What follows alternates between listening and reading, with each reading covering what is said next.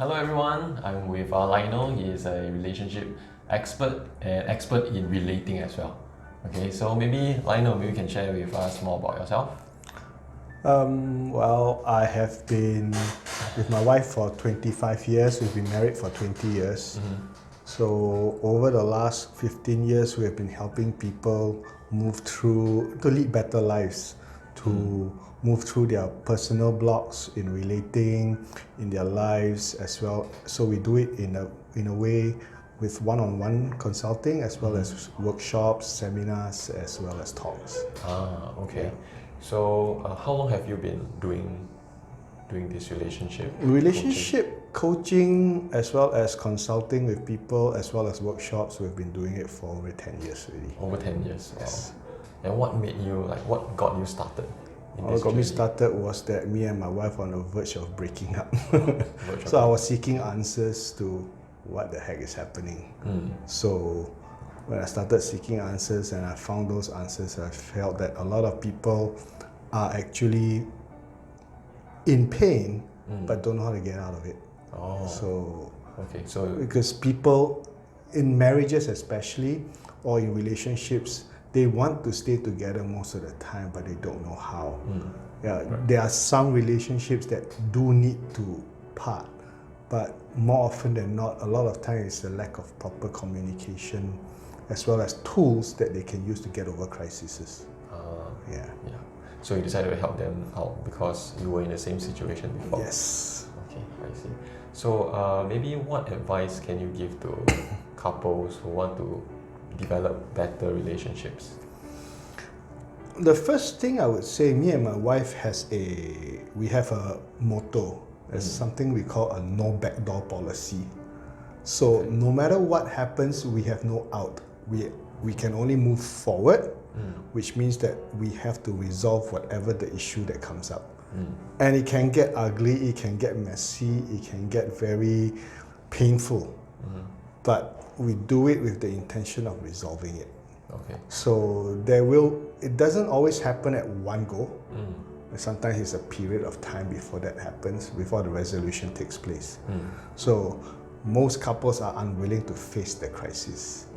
And they avoid it until it becomes this big thing that is almost impossible to change. Yeah. I see. So basically you cut out the plan B, no way out. Yes. There's only plan A, and you have to There's make only it work one no plan. matter what. Resolve it. No matter what. It might not be resolved right away, but we have the intention to resolve it. And that takes a lot of commitment to the relationship and to the relating, which means that we have to find new ways of doing things. We have to find new ways of relating to each other, find new ways to get ourselves across to our partner, as well as find new ways of receiving what our partner is talking to us. Because often when there's a problem in relationships, what happens is there is the problem, and then there's the way you talk and deal with the problem. So now you've got two problems. Like how you react to the person's communication. Correct. And then you go into cycles that is very unconscious, and it's like a train that just goes quickly and you can't control it. So how do you suggest couples who get too emotional when trying to resolve conflicts? First thing I would say is listen more than you talk. Okay. And when you listen, you do your best to listen to understand instead of listening to reply. Okay. So while you are listening to your partner speaking, do your best to understand where he or she is coming from, what they are actually trying to get across to you about themselves and their situation, or the situation you're both facing. Very often when there's an interaction like that, people tend to go, they craft their replies, no, that's not true. So when it goes on, you're not listening to understand, you're listening to reply. So I would say first is listen to understand. Then after that, when it's over, then don't interrupt your partner while he or she is speaking. Yeah, that's the first thing I would say to be able to get across the communication. Okay. But I understand there are some couples who are very emotional when they try and resolve conflicts. how do you manage your own emotions? Well, you don't manage emotions. You have to accept that emotions will be there. Okay. So the important thing is that most often when you hit the emotions, what happens that the emotions, there's a saying that emotions go up, intelligence go down. So when you are emotional, you can't rationally think. So the important thing is very often the emotions are things that you want to get across to your partner or how you're feeling. So get that out of the way first and then deal with the problem. Don't try and deal with the problem or the issue over the top of the emotions. Or while the emotion is happening. So you can get across like, I really don't like this when you're handling it. Okay, just get it across. The partner you want to receive, then the other side maybe does it too. And then, after that, then deal with the issue. Because if you deal with the issue, for example, money. Money tends to bring up a lot of insecurities as well as all the fears. So when that happens, the emotions go up. And then we start talking about money, both are emotional. You can't rationally talk about money.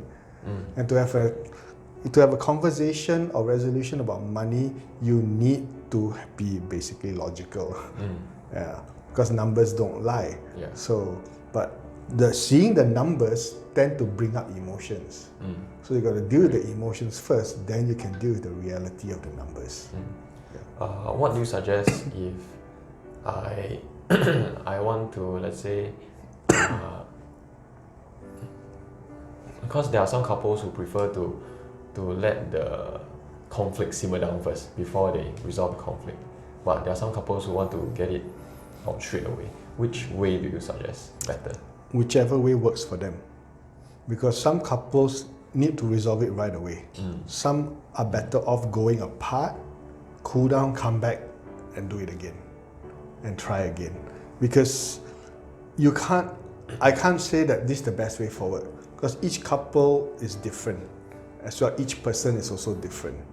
So what I would say is that the person with the higher consciousness at that point in time should come and say, okay, we are going into this spiral circle that's always happening. Let's take a break. If not, just get across what you really want to say at this point in time. Then we deal with that. Then we deal with that bigger. Because, for example, problems like money or problems about raising children or even intimacy, sex and all this don't happen in isolation. They are part of a chain of things that may have happened for a long time. So if you have a 10-year thing that's been there, don't expect to resolve it in one sitting. So have to face the conflict multiple times to try and resolve it. Yeah, so what I would always, and I tell this to my clients and people we work with, is look for progress, don't look for perfection. So if you progress a little bit on the issue, celebrate it. Sometimes it feels like you're progressing and then regressing, progressing and regressing, as long as there's progress. Yes. Okay, so it doesn't matter whether the conflict is completely solved, as long as there's a little bit of progress, can really. Yeah. Okay. Because if you look for perfection, you will almost never find it. If you look for progress, you usually can find it. I managed to say one thing and he or she understood that one thing. So there's progress. That means you're looking at the positives. I'm not talking about positive thinking. I'm talking about looking at the positives of the situation. Obviously, there's also going to, when people are thinking about should we part, then there's going to be the pro and con and all that whole other thing. There will be emotions, there'll be a lot. But often, people come to that point because they stop communicating. Because they stopped understanding what the partner has been trying to get across to them. Okay. How can we resolve these kind of conflicts, especially when it comes to money? When it comes to money, first is have a separate meeting just for money. Okay.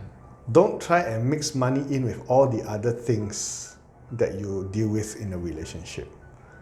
So have separate money meetings. And yes, emotions will come up. So often what needs to happen is that both sides need to do their homework, then come together and compare notes. So there's my money or my situation, your money, your situation, and there's our money, our situation. So there are three things now.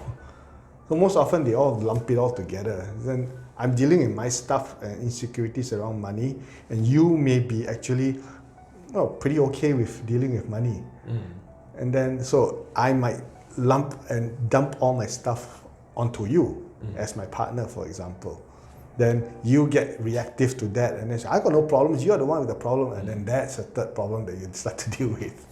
Yeah. So have separate money meetings. Have meetings where you're rational, and do it when you all are not tired. Okay. Don't do it at the end of a hard week. No, maybe do it on a day, fix a day where you all know you all tend to have less stress. Okay. Because when there are other stresses, money brings up more. Yeah, very often. You stack up the emotions. Yes, correct. It tends to trigger emotions because money triggers people's insecurities and fears. Especially if their money situation is challenging. Yeah. Okay. Any way to resolve, or is there a step-by-step approach?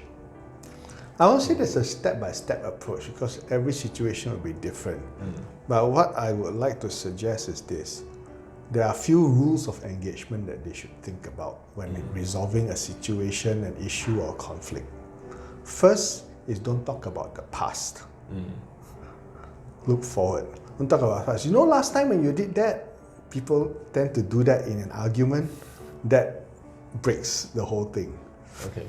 Second thing, as I said just now, listen to understand. And when someone is speaking, don't interrupt.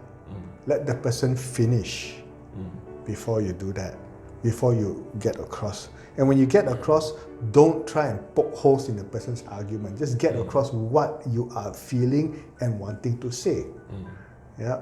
And then the next thing that people should think about is no name calling. Okay. Or rather, it's not think about, they should not do, is name calling. For example, you are like this, you are like that, okay? You're never good with money, you're such a money monk or whatever, you're such a spendthrift. All these things triggers people. So don't use these because these, and very often it happens unconsciously. So you have to consciously not do name calling, even if it's subtle. Okay. Right? So that usually happens a lot. Yeah. So people tend to do name calling without realizing it. And the most important thing, when you have especially a conflict, stop and don't compare. Okay. For example, my brother and sister-in-law, they don't do that. This friend A and B, they got no problems. Why are we like that? So now you're comparing against something that's a totally different situation from yours. Because every situation is different. Every couplehood is different and unique. Because each brings a different energy to it. Yeah. Okay. Is there any one last tip that you can share with our audience? I would say come from the intention to understand where your partner is coming from. And most importantly, be kind to your partner and yourself. Okay. So be kind in your words, be kind in your thoughts, be kind in the way you talk. So that's, I would say, is the easiest thing to do at this point in time when emotions are high. Can I say it all starts with loving yourself first? Be kind to yourself. Yes, be kind to yourself. And there is no conflict that is a one-person conflict. It's always a two-person conflict. When there's a problem in communication, it's a two-person problem, not one. Yes, some may have more responsibility for the situation than the other. One partner may have more responsibility than the other, but it's always a two-person thing. Interaction needs two. Okay. So start here, then talk about there. It's always a shared responsibility. Yes, it always is. Okay. On Thursday, there will be an event, correct, conducted by you. Yeah. Can you share with us what is it about? Oh, next Thursday, 27th of June, we have something called a diet evening. It's diet, D-Y-A-D, diet evening. It's a partner-assisted communication tool. And the topic we're doing next week is, funnily enough, called Money Not Enough. Money not enough. How to move forward from your current money situation.